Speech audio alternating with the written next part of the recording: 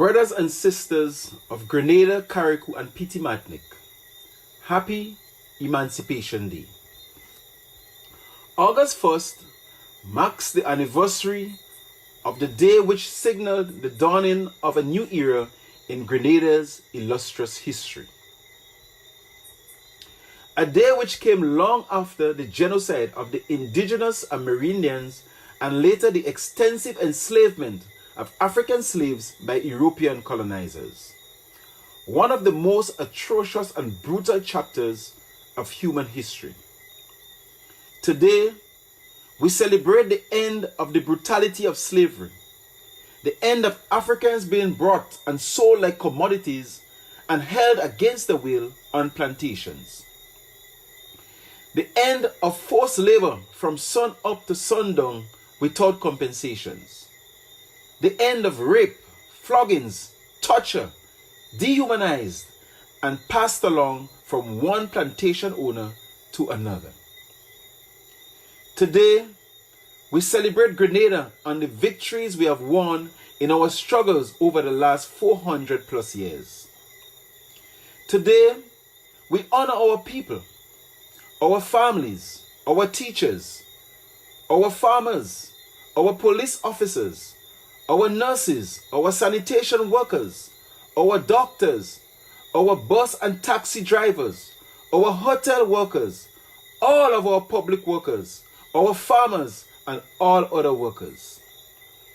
Additionally, we honor our leaders in political and religious organizations. Without a doubt, we have come a long way. Since the beginning of our emancipation journey, we have made the remarkable progress with some benefits.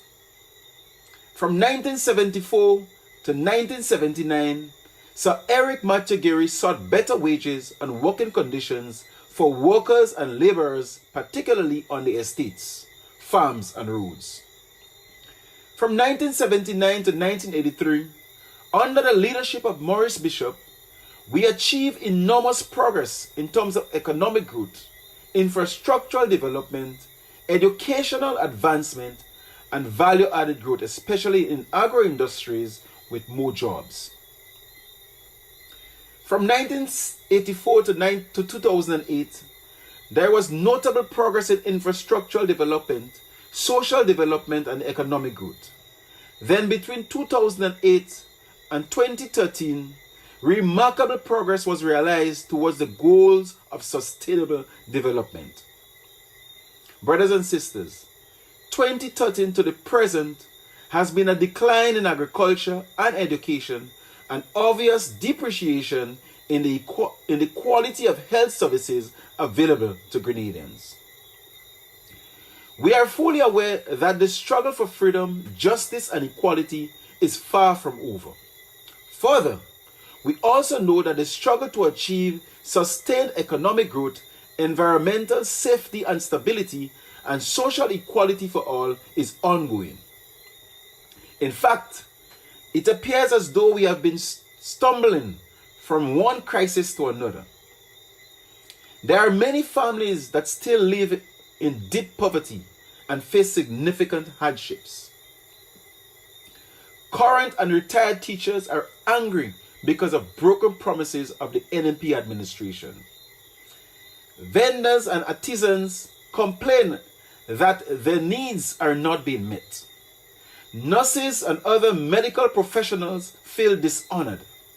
Bus drivers are angry. Both local and foreign investors are fuming. Farmers are fed up with a long-time neglect by the government and Grenada's agricultural sector. Our youths are angry and disappointed that the progress towards their own development is going slowly. Grenadians are becoming more and more concerned about the increase obvious in violent crimes and the growing disregard for public and religious institutions. This year, carnival revelers and artists are terribly disappointed about the way the government is handling the situation surrounding the COVID-19 pandemic. Many people are disappointed by the many failures of the current administration. Brothers and sisters, As we celebrate the anniversary of the end of slavery, let us reflect on the freedom we enjoy today and on how our ancestors coped and gained their freedom. Let us remember that freedom from bondage is just the first step towards wholeness. We must continue the journey towards self-reliance, self-confidence, self-sufficiency, emancipating ourselves from the chains and images that keep our minds in bondage. We must break free from the chains of economic and social inequality that still persists, limiting our opportunities to achieve a better living standard and quality of life.